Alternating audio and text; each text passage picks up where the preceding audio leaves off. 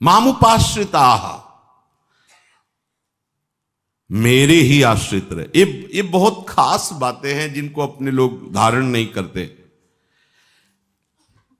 मनुष्य का एक स्वभाव है, या किसी का भी एक स्वभाव समझ लो, वो बिना किसी आश्रय के जी नहीं सकता। ये सब की बात है, देख लो अंदर से।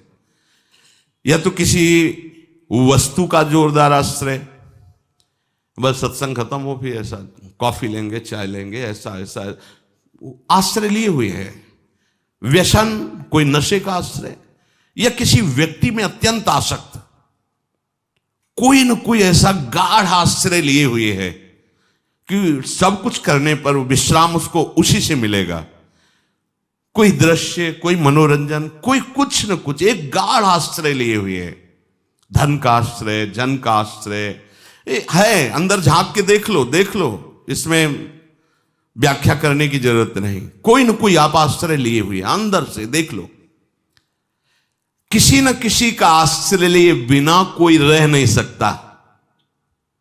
जांचो, बिना आश्रय लिए आप रह नहीं सकते, स्पष्ट है।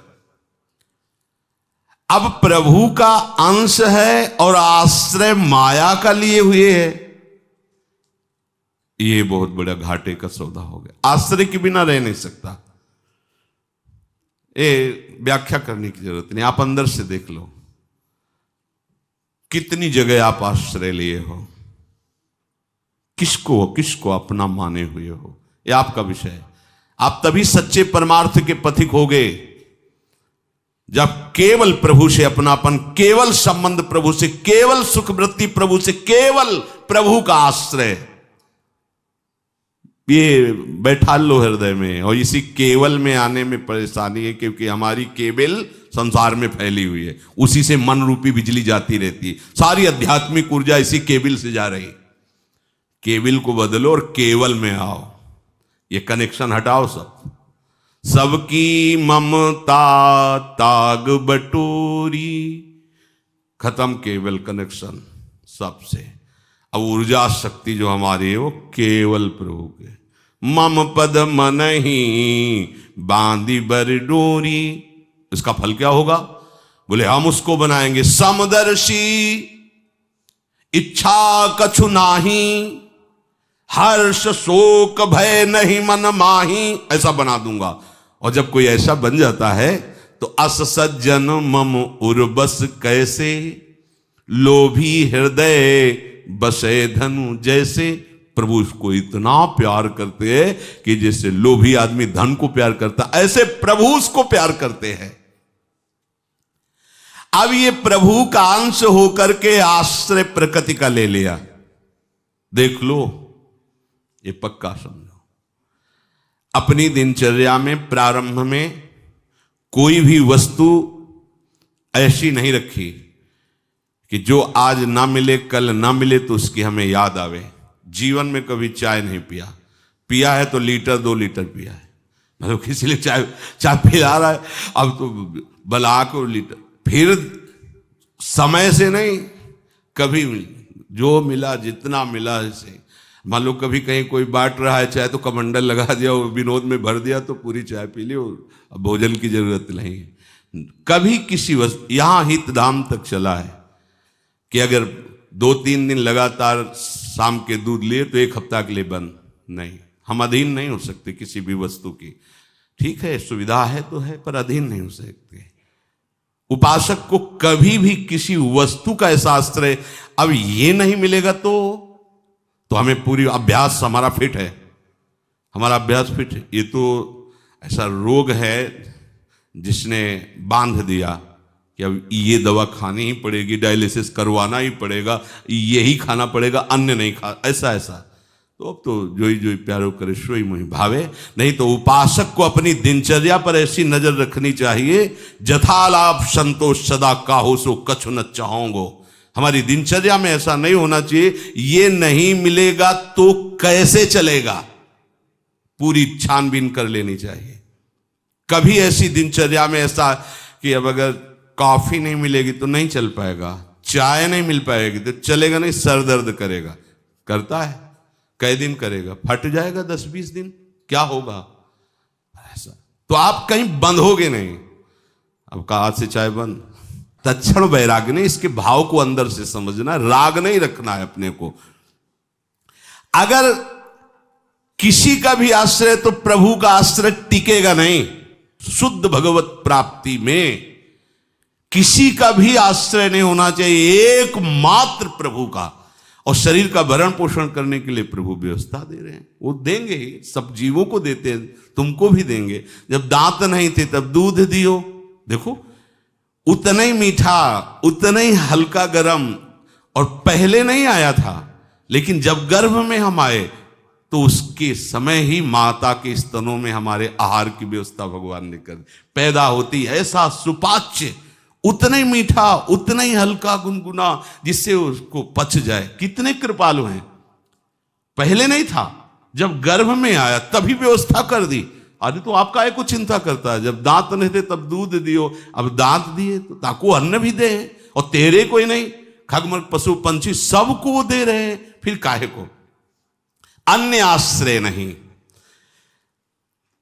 कोई भी विषय का आश्रय भगवत आश्रय में टिकने नहीं देगा। ये जो प्रश्न होते रहते ना, पहले तो बहुत भजन होता, हाँ पहले सिद्ध हो गए थे, अब नहीं है, वो तुम्हारा नहीं है, वो आकर्षण है, कृपा का आकर्षण। कृपा के आकर्षण के द्वारा एकदम आपको समाहित कर दिया, फिर छोड़ दिया। अब चलो, अब त्याग वैराग्य पूर्वक भगवत मार्ग में चलो।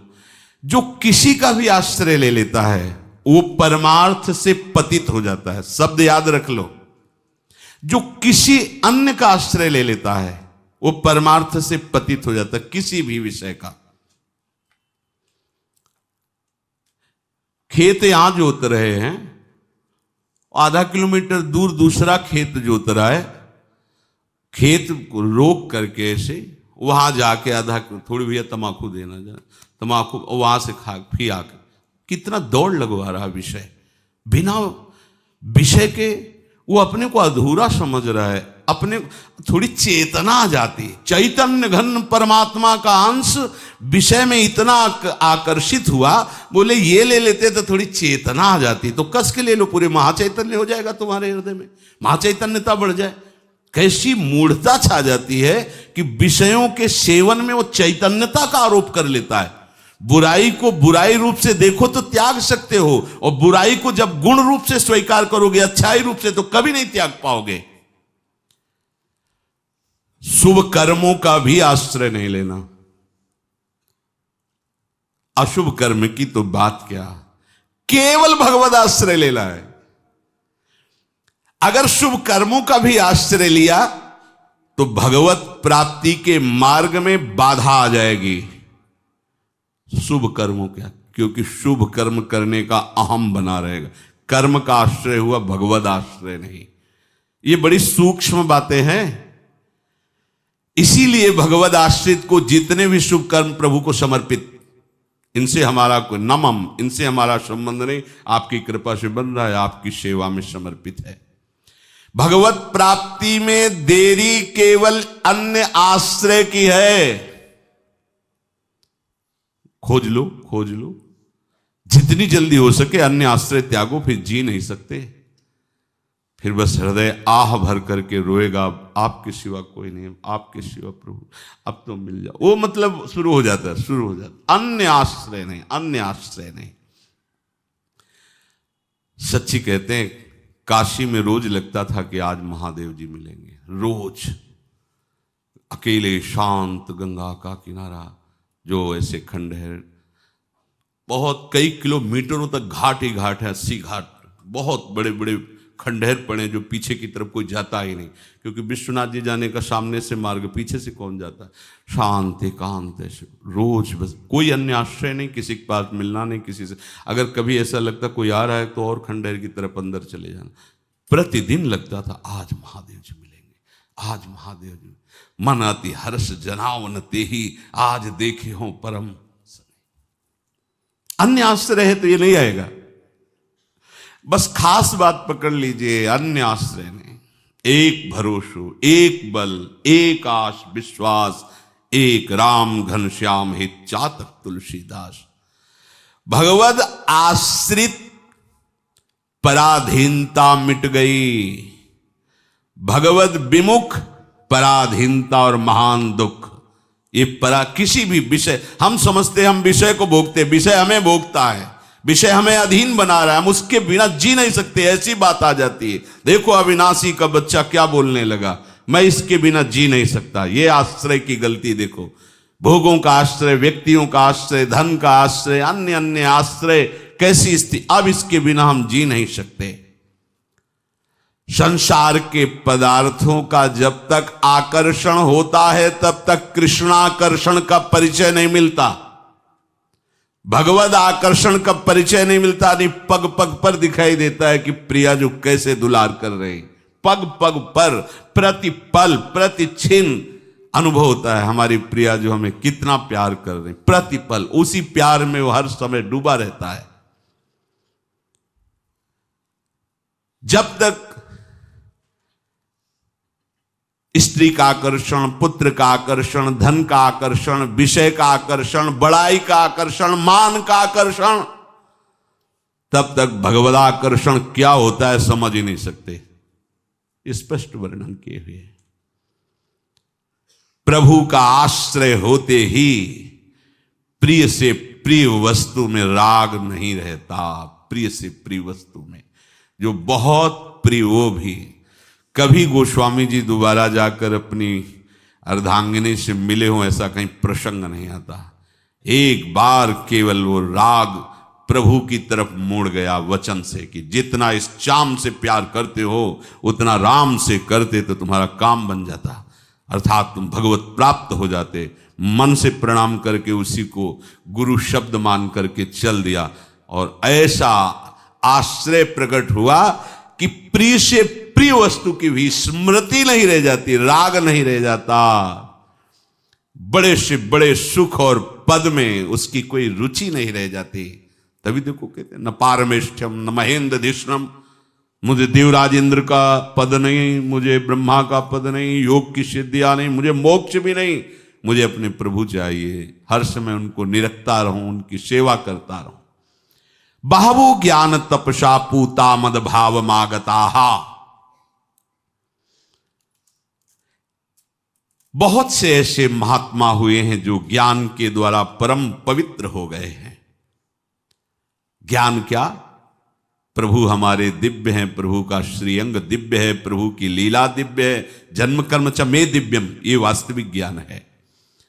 और इस ज्ञान का स्वरूप होगा कि आपको स्वाभाविक अपना परिचय प्राप्त हो।